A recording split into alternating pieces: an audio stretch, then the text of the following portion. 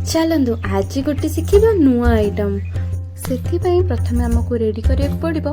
आमदा अदा कोरा लेंबू को छोट छोट पीस करी आम काटिदबा और लेंबू को दिफाड़ भी करदबा लंका भी काटिबा धनिया पत्र को भी चुन चुन करी काटिदबा आउ सबुठारु बेसी आवश्यक कौन कहले लेंबू पत्र जोटा कि निहाती दरकार मु तो मो गछरु चटपट तोली नहीं ऑलरेडी धनिया पत्र ठीक अच्छे तो आपण मैंने भी देखो आपण घरे जदि फ्रेश फ्रेश धनिया पत्र अच्छे देन सबुठ भल कथा जदि मार्केट रू जदि मामा कि बाबा किए आनी से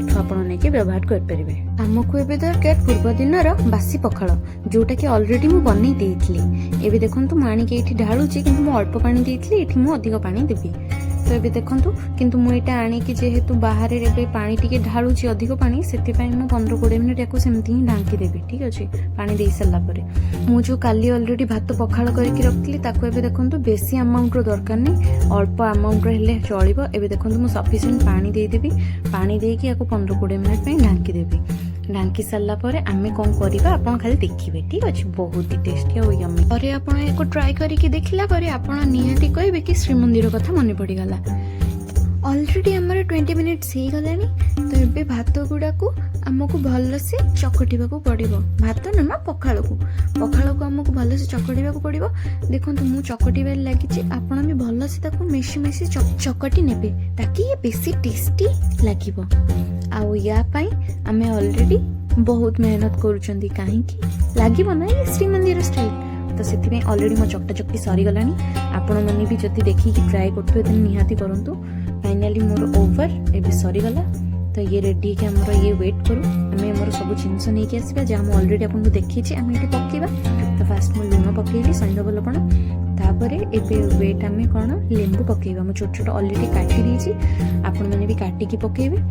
देन आम पकाइबा लंका भी मुझे पकई मु तो मो राग हिसाब से नहीं आप निहाती निज राग हिसाब से ने ना पुणी मत कहे कि आम पकईबा अदा कि आमदा मु तो अदा और आमदा दीटा नहीं कहीं आमदा पकईले टेस्ट बहुत सुंदर लगे जदि आपखे आमदा ना आपण खाली अदा पकई पारे ऑलरेडी मु आमदा पकई सारी अदा भी एबे टाइम मोर धनिया पत्र को देखो मुझे ऑलरेडी पकई देछि एबे आम पकाइबा लेंबू पत्र जोटा मत पकया आगु फर्स्ट ताको चिरिबा को पड़ो हाथ में मो ये देखो मुझे फाइनाली पकई सारी आपको ये गोला गोली किसी करार ना आमको पकड़ अच्छे लेंबू तो लेंबू को मुझे ऑलरेडी दी फाड़ कर काटी देछि मु गोटे फाड़ ऑलरेडी चिपुड़ी देली एबे wait for next part already मु सेकंड फाड़ भी चिपुड़ी दउछि आपण मैंने दीटा लेंबू चाहिए भी व्यवहार करेंगे मु तो गोटे लेंबू व्यवहार कर फाइनाली देखो मोर रेडी होगला या खाली मिक्स करार अच्छे मु तो भल से मिक्स कर चलची 2-3 मिनिट या भल से मिक्स करदे रेडी होमर प्रिय